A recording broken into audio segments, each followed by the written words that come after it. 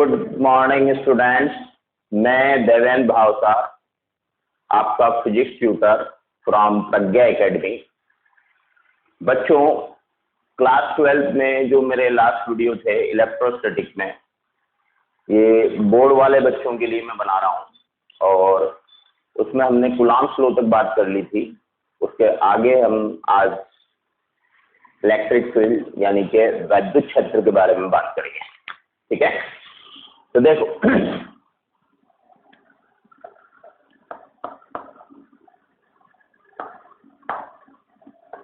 Electric field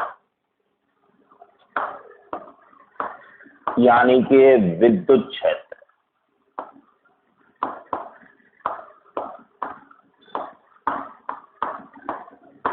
के बारे में बात करें।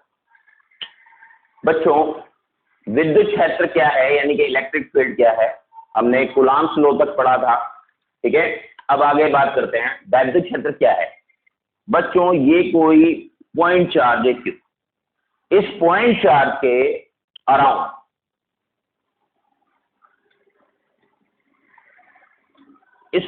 चार्ज के अराउंड एक ऐसा फील्ड यानी कि ये एक बिंदु आवेश है और बिंदु आवेश के चारों ओर एक ऐसा क्षेत्र जिसमें किसी अन्य आवेश को लाएं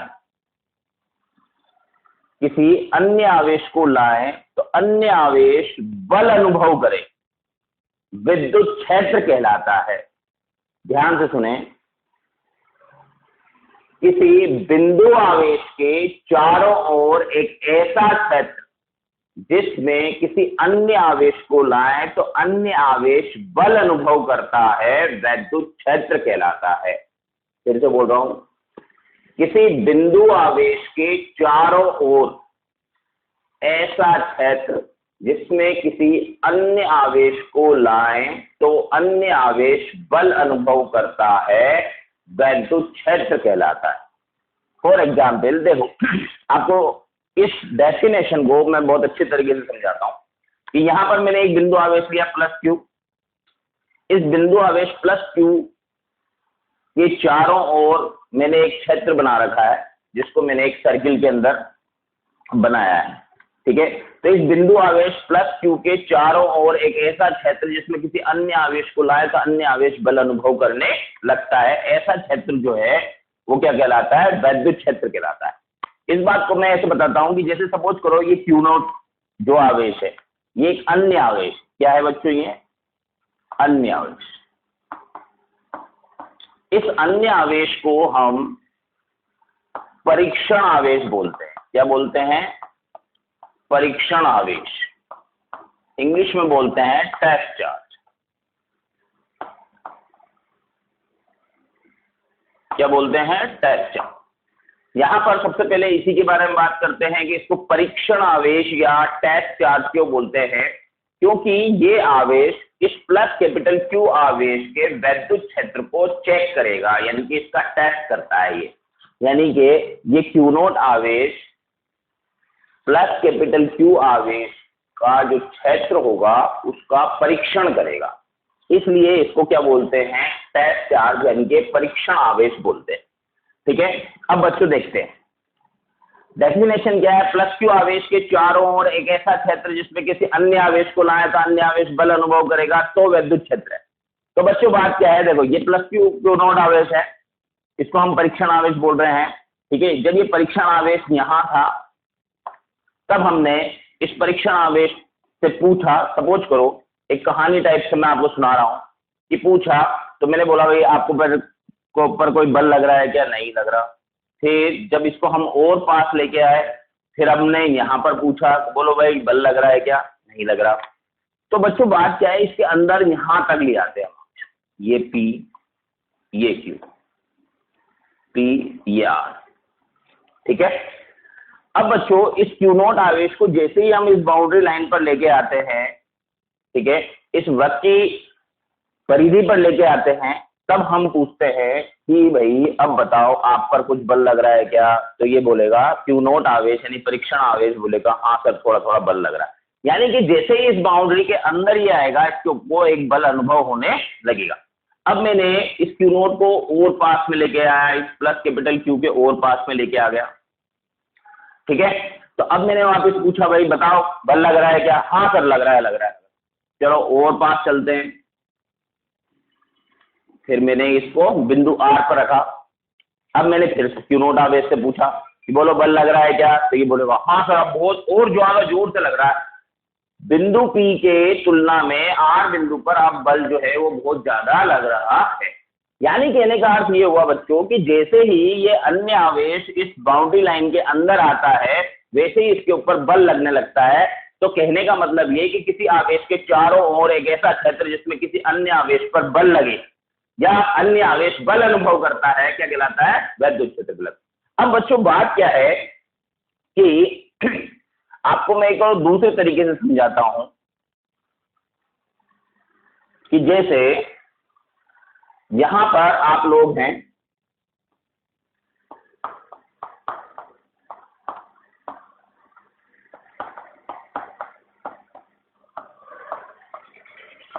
ग्राउंड में मस्ती कर रहे हैं, ठीक है, मस्ती। और यहां पर ये आपकी जो प्लस कैपिटल क्यू है ये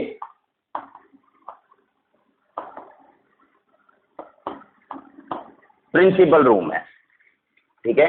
ये प्लस क्यू जो है वो प्रिंसिपल मैम या सर हैं और एक्चुअल में ये उनका केबिन है। अब आप लोग यहाँ पर मस्ती कर रहे हैं। अब इसमें से ठीक है एक स्टूडेंट को प्रिंसिपल मैम बुलाती है, ठीक है। तो जैसे ही आप लोग यहाँ पर पहुंचेंगे, ठीक है, इस बाउंड्री लाइन में पहुंचेंगे वैसे ही आपकी मस्ती कम हो जाएगी। यानी कि अब जैसे ही आप प्रिंसिपल मैम के ऑफिस में या प्रिंसिपल सर के ऑफिस में पहुंचेंगे आप वहां पर थोड़ा सा अपने आप को डिसिप्लिन करेंगे और एक्चुअल में ठीक है चैम्बर के अंदर जाएंगे। तो बच्चों यहाँ पर आप लोग खुल के मस्ती कर रहे थे, जैसे ही आप एक्चुअल में प्रिंसिपल सर के ऑफिस के अंदर आप इंटर होते हैं वहां पर घुसते ही आपको एक प्रभाव सा नजर आता है और कि प्रिंसिपल मैम की नजर में आप हैं, ठीक है, प्रिंसिपल सर की नजर में आप हैं। तो आप एक्चुअल में ठीक है अपने आप को थोड़ा सा डिसिप्लिन करेंगे और मस्ती करना छोड़ देंगे। यानी आप यहाँ पर मस्ती कर रहे थे यहाँ पर आप मस्ती नहीं करेंगे और बिल्कुल सिंसियर स्टूडेंट की तरह बिहेव करेंगे। यानी कहने का अर्थ ये हुआ कि बच्चों जैसे ही आप प्रिंसिपल चैम्बर में गए आप पर एक्चुअल में एक फोर्स यानी कि उसका प्रभाव आप पर नजर आया, ठीक है। तो किसी आवेश के चारों ओर एक ऐसा क्षेत्र जिसमें किसी अन्य आवेश को रखने पर अन्य आवेश बल अनुभव करता है विद्युत क्षेत्र कहलाता है। यहाँ पर एक बात मैं आपको अच्छी तरह से बता दूं वो ये कि जैसे मैंने कहा कि एक्चुअल में प्लस कोई बिंदु आवेश है, ये प्लस क्यू बिंदु आवेश है, इसके चारों ओर ये एक मैंने क्षेत्र बना दिया, इसके चारों ओर एक ऐसा क्षेत्र जिसमें किसी अन्य आवेश को लाने पर अन्य आवेश बल अनुभव करे वैद्युत क्षेत्र कहलाता है। जबकि बात यह है बच्चों की इस तरह से जिस तरह से ये मैंने बाउंड्री लाइन बनाई है ये बाउंड्री लाइन बनाना गलत है क्योंकि किसी भी आवेश के चारों ओर वैद्युत क्षेत्र जैसे ये प्लस क्यू है तो इस प्लस क्यू आवेश के चारों ओर वैद्युत क्षेत्र जो है वो अप टू अनंत यानी कि अनंत तक होता है। लेकिन होता क्या है बच्चों की ये वाली बात इसलिए कही जाती है कि जैसे ये प्लस क्यू आवेश है इस प्लस क्यू आवेश से बहुत दूर अगर कोई क्यू नोट आवेश है तो बहुत ज्यादा दूरी होने के कारण ये क्यू नोट आवेश इतना बल अनुभव नहीं करता है। तो जैसे जैसे हम इस आवेश को परीक्षण आवेश को प्लस कैपिटल क्यू आवेश के समीप लेके आते हैं वैसे वैसे इसके ऊपर बल का प्रभाव ठीक है ज्यादा दिखने लगता है। इसलिए ठीक है इस परिभाषा को ऐसे बोला जाता है कि किसी बिंदु आवेश के चारों ओर एक ऐसा क्षेत्र जिसमें किसी अन्य आवेश को लाने पर अन्य आवेश बल अनुभव करे क्या कहलाता है? वैद्युत क्षेत्र कहलाता है। क्लियर? चलो अब आगे बात करते हैं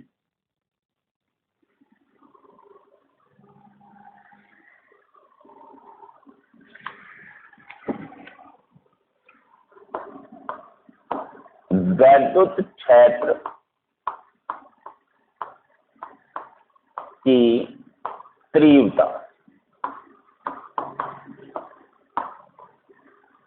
इंग्लिश में बोलते हैं इंटेंसिटी ऑफ इलेक्ट्रिक फील्ड। क्या बोलते हैं? Intensity of electric field. सब बच्चे ध्यान देंगे यहां पर।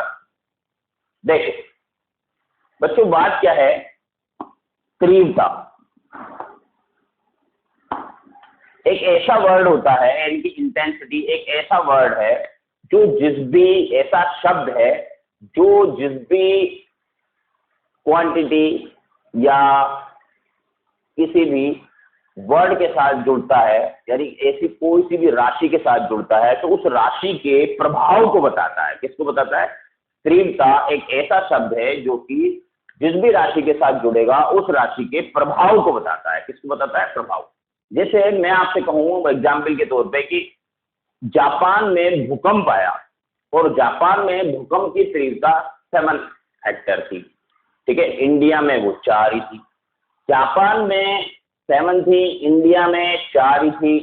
तो बताओ, आप लोग बताओ कि एक्चुअल में कहां पर ज्यादा नुकसान हुआ होगा, यानी भूकंप का प्रभाव कहां पर हुआ ज्यादा हुआ? ठीक है, तो आप लोग कहेंगे कि सर एक्चुअल में जापान में इंटेंसिटी यानी तीव्रता 7 थी, इंडिया में 4 थी, तो जापान में ज्यादा नुकसान हुआ होगा। ठीक है, तो तीव्रता एक ऐसा वर्ड होता है बच्चों जो जिस भी राशि के साथ जुड़ेगा उस राशि के प्रभाव को बताता है। तो यहां पर हम पढ़ रहे हैं हम वैद्युत क्षेत्र की तीव्रता। ठीक है, तो वैद्युत क्षेत्र की तीव्रता की परिभाषा क्या होती है? देख, ये प्लस कैपिटल क्यू आवेश है, इसके चारों ओर एक वैद्युत क्षेत्र मैंने बनाया। इस वैद्युत क्षेत्र में एक बिंदु है P, दूसरा बिंदु है R। ठीक है, अब बच्चों मैं एक परीक्षण आवेश को पहले R बिंदु पर रखता हूं, फिर उसी परीक्षण आवेश को मैं बिंदु P पर भी रखूंगा। तो हमको इस क्षेत्र में, ये जो वैद्युत क्षेत्र है, इस वैद्युत क्षेत्र में बिंदु P और बिंदु R, क्षेत्र के अंदर है ये बिंदु P और बिंदु R, इन बिंदुओं पर हमको वैद्युत क्षेत्र का प्रभाव यानी कि तीव्रता ज्ञात करनी है। वैद्युत क्षेत्र का प्रभाव यानी कि तीव्रता ज्ञात करनी है। क्योंकि वैद्युत क्षेत्र अदृश्य होता है, जो हमको दिखाई नहीं देता है। ठीक है, तो उस प्रभाव को मैं तो महसूस कर नहीं सकता, लेकिन उस प्रभाव को अन्य आवेश महसूस कर सकते हैं। इसलिए हमको एक आवेश लेना पड़ता है जिसको हम क्या बोलते हैं? परीक्षण आवेश। क्या बोलते हैं? परीक्षण आवेश। एक आवेश हमको लेना पड़ेगा जिसको हम क्या बोलेंगे? परीक्षण आवेश। तो हम ये परीक्षण आवेश लेंगे और इस परीक्षण आवेश को बिंदु R पर रखेंगे, और फिर इस बिंदु R पर परीक्षण आवेश की जब हम रखते हैं तो ये बिंदु आवेश Q0 यानी कि परीक्षण आवेश जो है, ये जितना भी बल अनुभव करेगा, वो ही जितना भी बल अनुभव करेगा, यानी कि इस बिंदु पर इस Q0 आवेश को रखने पर, ठीक है, इस बिंदु पर क्षेत्र का जितना भी प्रभाव होगा उतना ही बल लगेगा। यानी कहने का मतलब ये हुआ कि ये परीक्षण आवेश पर जितना भी बल लगेगा वो बल ही एक्चुअल में वैद्युत क्षेत्र की तीव्रता का मापन कहलाता है। तो वैद्युत क्षेत्र की तीव्रता का मापन करने के लिए हम परीक्षण आवेश का उपयोग करते हैं। किसका उपयोग करते हैं? परीक्षण आवेश। अब बच्चों देखो, समझाने के लिए कि आप अच्छी तरह से जानते हैं कि इस प्लस क्यू आवेश से बिंदु R ज्यादा दूर है और बिंदु P थोड़ा सा पास है। तो यहाँ पर जब मैंने Q0 आवेश को बिंदु R पर रखा तो इस पर कुछ बल लगा, यानी इस क्षेत्र का प्रभाव बिंदु R पर कुछ था। जब मैंने इस Q0 आवेश को उठाकर बिंदु P पर रख दिया तो यहाँ पर थोड़ा सा और ज्यादा बल लगा होगा, तो यहाँ पर क्षेत्र का प्रभाव थोड़ा सा और ज्यादा होगा। जैसे जैसे आप बिंदु आवेश से दूर चलते जाएंगे वैसे वैसे क्षेत्र का प्रभाव कम होता जाएगा। इसलिए बिंदु P पर प्रभाव ज्यादा होगा और बिंदु R पर प्रभाव कम होगा। ठीक है, अब बच्चों इसको, ये तो मैंने आपको समझाया, लेकिन इसको मैथमेटिकली किस तरह से कैलकुलेट करते हैं उसके बारे में बात करते हैं। तो उससे पहले हम इसकी परिभाषा के बारे में बात करते हैं। वैद्युत क्षेत्र की तीव्रता की परिभाषा क्या होती है? वैद्युत क्षेत्र में, कहां पर? वैद्युत क्षेत्र में, वैद्युत क्षेत्र में किसी बिंदु पर, वैद्युत क्षेत्र में किसी बिंदु पर अगर वैद्युत क्षेत्र की तीव्रता हमको ज्ञात करनी है तो उस बिंदु पर हमको परीक्षण आवेश रखना पड़ेगा, और परीक्षण आवेश पर जो बल लगेगा वो बल ही वैद्युत क्षेत्र की तीव्रता के बराबर होता है।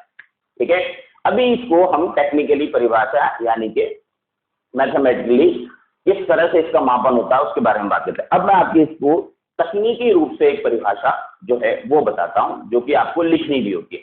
वैद्युत क्षेत्र में एकांक धनावेश पर, अब ये वैद्युत क्षेत्र में एकांक धनावेश जो मैं बोल रहा हूं, एकांक धन आवेश जो मैं बोल रहा हूं, वो परीक्षण आवेश ही होता है। वैद्युत क्षेत्र में एकांक धन आवेश पर लगने वाला बल, एकांक धन आवेश पर लगने वाला बल उस बिंदु पर वैद्युत क्षेत्र की तीव्रता को बताता है। फॉर एग्जाम्पल, जैसे मैंने कहा आपसे ये प्लस कैपिटल क्यू आर, इसके चारों वैद्युत क्षेत्र है। अब इस यहां पर एक बिंदु आर है और एक बिंदु पी है। अब मैं परीक्षण आवेश क्यू नोट को बिंदु आर पर रखता हूं। ये परीक्षण आवेश जो है इसको हम एकांक धन आवेश अब कहेंगे। क्या बोलेंगे? एकांक धन आवेश। तकनीकी परिभाषा क्या है? एकांक धन आवेश को वैद्युत क्षेत्र में किसी बिंदु पर रखने पर, जैसे मैंने आर बिंदु पर रखा, एकांक धन आवेश को वैद्युत क्षेत्र में किसी बिंदु पर रखने पर एकांक धन आवेश द्वारा अनुभव किया गया बल या एकांक धन आवेश पर लगने वाला बल ही वैद्युत क्षेत्र की तीव्रता कहलाता है। ठीक है, ये मैं आपको धीरे धीरे आपको समझा रहा हूं बात को, इसको फ्लो में बोलेंगे। वैद्युत क्षेत्र में एकांक धन आवेश पर लगने वाला बल ही वैद्युत क्षेत्र की तीव्रता कहलाता है। क्या कहलाता है? आपको परिभाषा क्या लिखनी है? वैद्युत क्षेत्र में एकांक धन आवेश पर लगने वाला बल ही वैद्युत क्षेत्र की तीव्रता कहलाता है। ठीक है, तो बच्चों वैद्युत क्षेत्र की तीव्रता जो होगी उसको हम ई से प्रदर्शित करते हैं। तो ई बराबर होगा बच्चों एफ सदिश अपॉन एफ क्यू नोट। अब बच्चों यहां पर एकांक, यही जो परीक्षण आवेश, इस तरह आप इस परीक्षण आवेश को क्यू नोट बोल रहे थे और अब आप बोल रहे हो एकांक धन आवेश। तो इसको एकांक धन आवेश इसलिए बोलते हैं क्योंकि अगर मैं इसकी वैल्यू, इसका मान यदि एकांक कर देता हूं यानी इकाई कर देता हूं, एकांक का मतलब इकाई अगर मैं कर देता हूं, तो वैद्युत क्षेत्र की तीव्रता ई जो होगी वो एफ के बराबर होगी। हुई या नहीं हुई? इसलिए इसकी परिभाषा में बोला जाता है वैद्युत क्षेत्र में एकांक धनावेश पर लगने वाला बल ही वैद्युत क्षेत्र की तीव्रता कहलाता है। अब तो ये फॉर्मूला हुआ। ठीक है, अब इस फॉर्मूले के लिए अगर हम बात करें तो वैद्युत क्षेत्र की तीव्रता ई बराबर एफ अपॉन क्यू नोट। ठीक है, तो मात्रक की बात करें तो बल का मात्रक क्या होता है? न्यूटन। और आवेश का मात्रक क्या होता है? कूलाम। तो वैद्युत क्षेत्र की तीव्रता का मात्रक क्या हुआ? न्यूटन प्रति कूलाम। वैद्युत क्षेत्र की तीव्रता एक सदिश राशि होती है। क्यों होती है सदिश राशि? क्योंकि ऊपर कैसी राशि है? सदिश, नीचे कैसी राशि है? अदिश। ठीक है, और तो यहां पर अगर मैं कहूं वैद्युत क्षेत्र की तीव्रता E बराबर 1/2, ठीक है, 10 न्यूटन, 1/2 10 न्यूटन उत्तर दिशा, न्यूटन प्रति कूलाम कर देता हूं। ठीक है, तो अब बच्चों बताओ, तो वैद्युत क्षेत्र की तीव्रता, क्योंकि यहाँ पर बल जो है वो सदिश राशि है, मैंने यहाँ पर लिखा है ये बल, ठीक है, 10 न्यूटन, यहाँ पर 1/2, ये 2 कूलाम था। ठीक है, इसलिए कूलाम मात्रक नीचे आया। तो ये तो संख्या थी 1/2 कूलाम। ठीक है, आवेश का मात्रक होता है, तो 10 न्यूटन प्रति कूलाम उत्तर दिशा। तो यहाँ पर देखो आप कि वैद्युत क्षेत्र की तीव्रता का मान हुआ 5 न्यूटन प्रति कूलाम। ये क्या हुआ बच्चों? मैग्नीट्यूड। और उत्तर दिशा, ये क्या हुई? दिशा। यानी कहने का मतलब ये बच्चों कि बल एक सदिश राशि होती है। ठीक है, इसलिए वैद्युत क्षेत्र की तीव्रता भी एक सदिश राशि होगी, क्योंकि बल के साथ दिशा होगी और वो दिशा एक्चुअल पे इस फॉर्मूले के अंदर आएगी। इसलिए वैद्युत क्षेत्र की तीव्रता एक सदिश राशि होती है। क्लियर? अब बच्चों हम आगे बात करते हैं।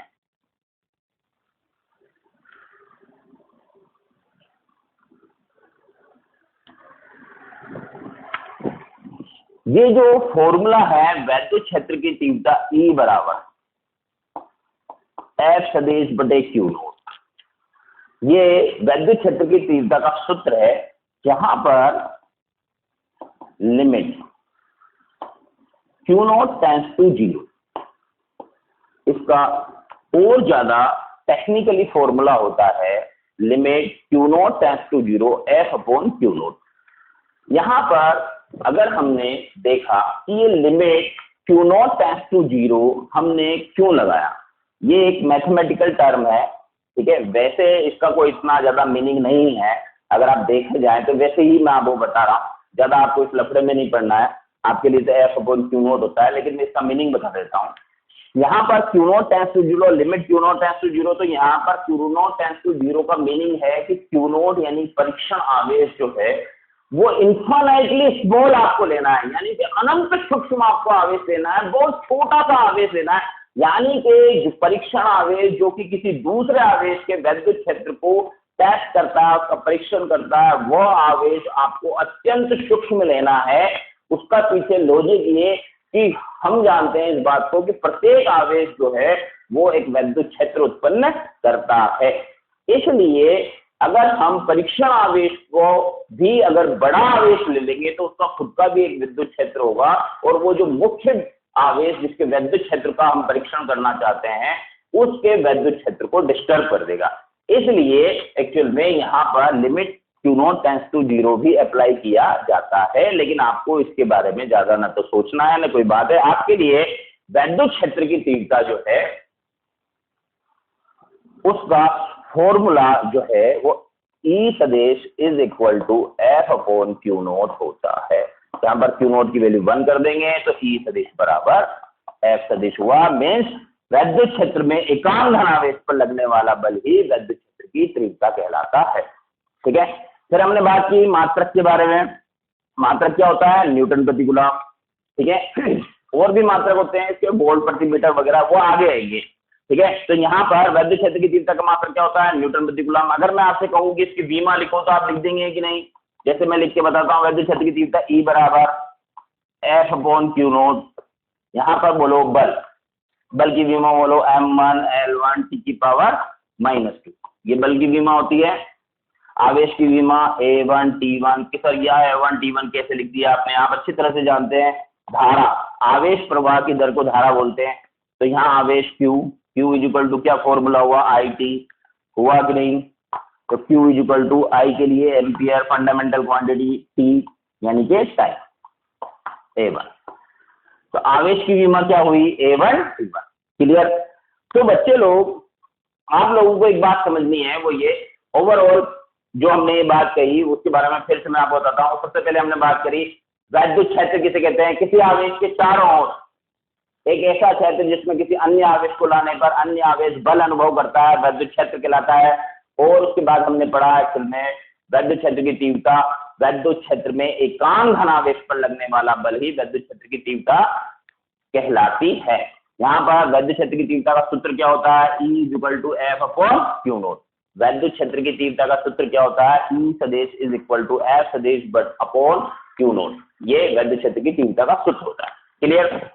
अब बच्चों हम आगे बात करते हैं, और बहुत ही इंपॉर्टेंट डिस्कशन है वैद्युत क्षेत्र की तीव्रता की दिशा।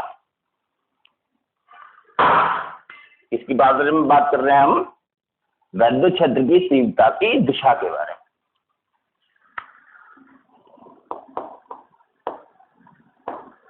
वैद्युत क्षेत्र की तीव्रता की दिशा,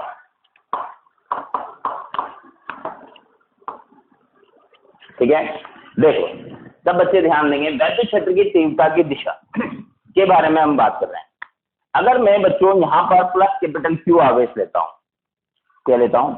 प्लस कैपिटल Q आवेश लेता हूँ, और इससे R दूरी पर एक मैंने Q नोट आवेश लिया। यहाँ पर ये जो Q नोट आवेश है इसको हम परीक्षण आवेश बोलते हैं। क्या बोलते हैं? परीक्षण आवेश। और परीक्षण आवेश जो है ऑलवेज पॉजिटिव, यानी कि हमेशा धनात्मक लिया जाता है। कैसा लिया जाता है? धनात्मक। अब बच्चों बात क्या है, ये प्लस Q आवेश है, यहाँ पर परीक्षण आवेश भी प्लस है, तो तो ये प्लस क्यू आवेश इस प्लस क्यू नोट आवेश को क्या करेगा, प्रतिकर्षित करेगा। कैसे प्रतिकर्षित करेगा, दूर की ओर धक्का देगा। कैसे देगा, दूर की ओर। ठीक है, यानी कि अगर मैं यूं कहूं कि ये बिंदु P था और इस बिंदु P पर हमने एक परीक्षण आवेश Q नोट को रखा, तो इस प्लस कैपिटल Q आवेश के कारण बिंदु P पर रखे Q नोट आवेश पर बल की जो दिशा है वो क्या है, इस सोर्स आवेश यानी आवेश स्रोत, इसको स्रोत आवेश कह सकते हैं अपन, इस स्रोत आवेश से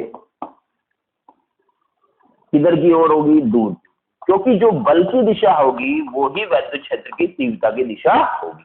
यानी कि हम कह सकते हैं कि प्लस आवेश के कारण तीव्रता की दिशा उस आवेश से दूर की ओर होती है। अगर ये बिंदु Q नोट जो है रेडियली दूर होती है, अगर ये Q नोट यहां होता तो ऐसे अवे फ्रॉम द चार्ज, अगर ये Q नोट यहां होता तो ऐसे अवे फ्रॉम द चार्ज, अगर ये Q नोट यहां होता तो अवे फ्रॉम द चार्ज, यानी कि सोर्स आवेश यानी स्रोत आवेश से दूर की ओर, ठीक है, वैद्युत क्षेत्र की दिशा होगी। कौन से आवेश के कारण, धन आवेश के कारण। अगर आवेश ऋण होता,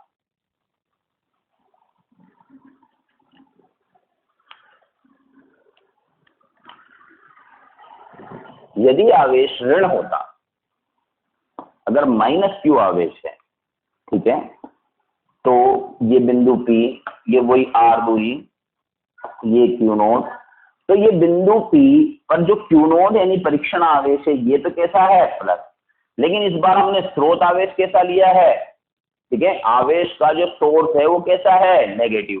तो यहाँ पर माइनस Q आवेश इस प्लस Q नोट परीक्षण आवेश को क्या करेगा, अपनी ओर आकर्षित करेगा। यानी कि अपनी ओर आकर्षित करेगा मीन्स ऐसे बल लगाएगा, मीन्स वैद्युत क्षेत्र की तीव्रता टूवर्ड्स द चार्ज, यानी कि आवेश की ओर होगी। किधर की ओर होगी, आवेश की ओर होगी। यानी कहने का मतलब ये कि अगर ये Q नोट आवेश यहां होता तो तीव्रता की दिशा ऐसे होती, अगर यहां होता तो तीव्रता की दिशा ऐसे होती, अगर यहां होता तो तीव्रता की दिशा ऐसे होती, और यहां होता तो तीव्रता की दिशा ऐसे होती, और यहां होता तो तीव्रता की दिशा ऐसे होती। क्लियर। तो ओवरऑल आपको नोट्स के अंदर ये चीज अब लिखनी है, वो ये प्लस Q आवेश है तो E की दिशा के बारे में बात हो रही है, क्या होगी बच्चों, दूर की ओर, ठीक है। और अगर माइनस आवेश है तो तीव्रता कैसे होगी, खुद की ओर, ये तीव्रता की दिशा होती है। क्लियर। अब बच्चों हम बात करते हैं बिंदु आवेश के कारण वैद्युत क्षेत्र की तीव्रता। सूत्र निकालेंगे, बिंदु आवेश के कारण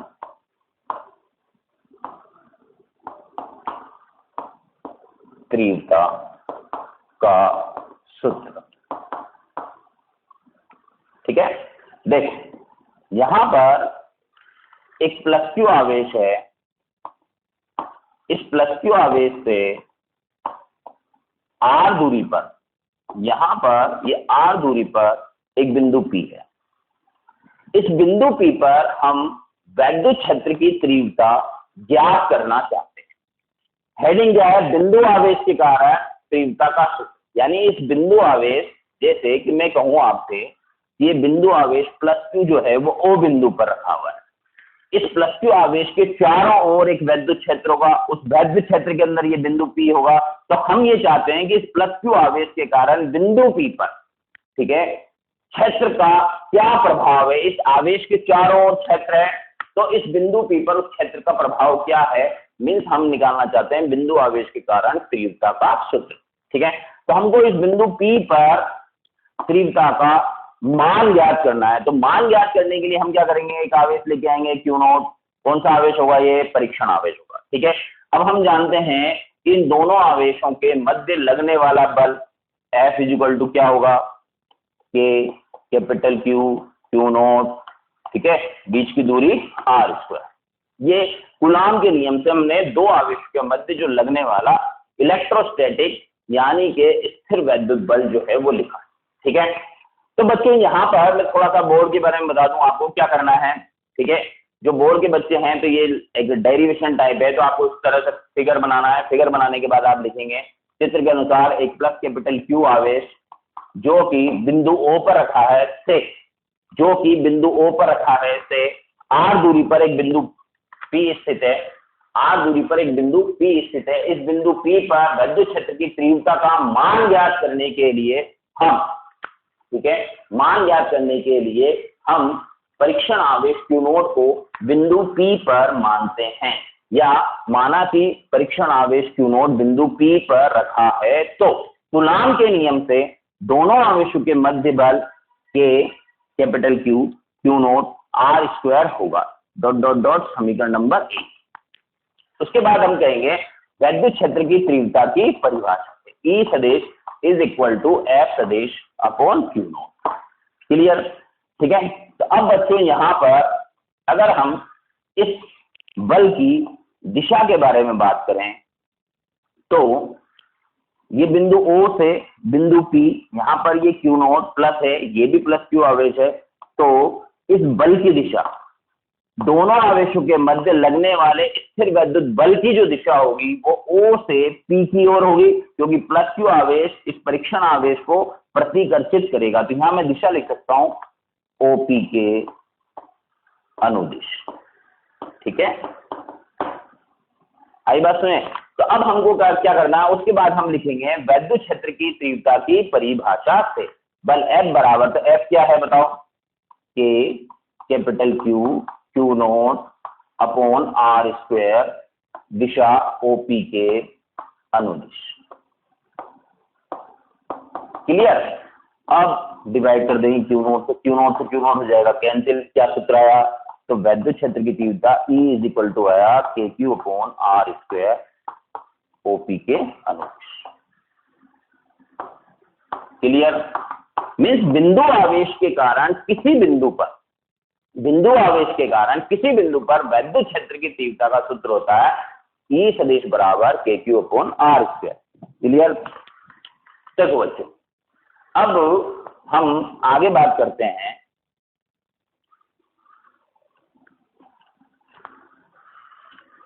हमने भी पढ़ा कि बिंदु आवेश के कारण वैद्युत क्षेत्र की तीव्रता का सूत्र होता है E बराबर KQ अपॉन R स्क्वायर। आपको ये सूत्र याद रखना है। इस सूत्र में, ठीक है, इस सूत्र को आपको याद रखना है। इस सूत्र के बारे में आपको मैं बताता हूं कि ये Q क्या है। ठीक है, ये Q बिंदु आवेश है जिसके कारण हम, ठीक है, किसी बिंदु पर क्षेत्र की तीव्रता ज्ञात कर रहे हैं। यहां पर ये R क्या है, इसको अपन स्रोत आवेश भी बोल सकते हैं, जिसके कारण हम वैद्युत क्षेत्र की तीव्रता ज्ञात कर रहे हैं। R क्या है, R आवेश Q से उस बिंदु की दूरी,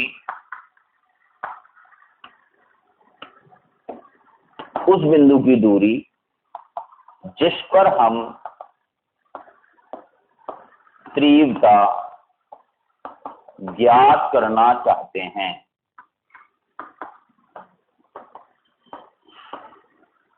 क्लियर? ये फॉर्मूला आपको याद रखना है। K के बारे में आप जानते ही हैं, K क्या है, स्थिर वैद्युतनीयता। ठीक है, तो चलो बच्चों हम आगे बढ़ते हैं। ये वैद्युत क्षेत्र की तीव्रता बिंदु आवेश के कारण ये वैद्युत क्षेत्र की तीव्रता का सूत्र हुआ है। हमको ये भी पता है कि वैद्युत क्षेत्र की तीव्रता एक सदिश राशि है। कैसी राशि है बच्चों? सदिश राशि है। हमें ये भी पता है कि वैद्युत क्षेत्र की तीव्रता एक सदिश राशि है। तो यहाँ पर मैं एक छोटी सी बात और करता हूं, जैसे यहाँ पर एक Q नोट आवेश, यहाँ पर एक बिंदु आवेश है Q1 और यहाँ पर एक और बिंदु आवेश है Q। ठीक है, अब ये भी प्लस है, ये भी प्लस है और ये भी प्लस है, सपोज। ठीक है, तो यहाँ पर ये जो बिंदु P है, इस बिंदु P पर Q0 आवेश रखा है, या हम यूं कहें इस बिंदु P पर हमको वैद्युत क्षेत्र की तीव्रता ज्ञात करनी है।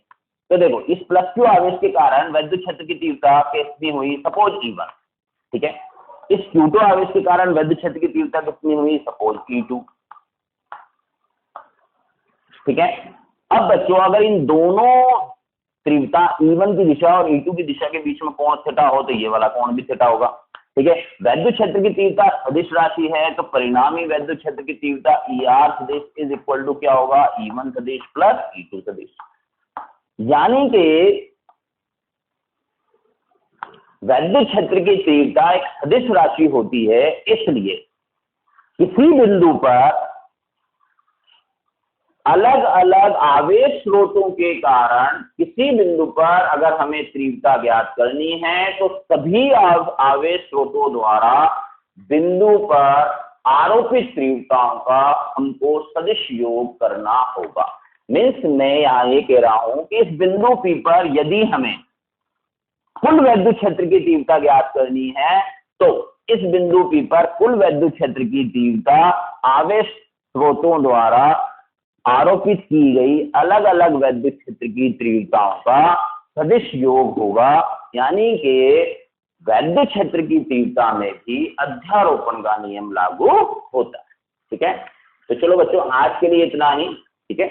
बाकी अब कल बात करेंगे और रेगुलर मेरे वीडियो आएंगे। ये मैंने वीडियो बोर्ड के अकॉर्डिंग बनाया है, ठीक है, तो इसको बोर्ड वाले विद्यार्थी ही, ठीक है, कंसिडर करें।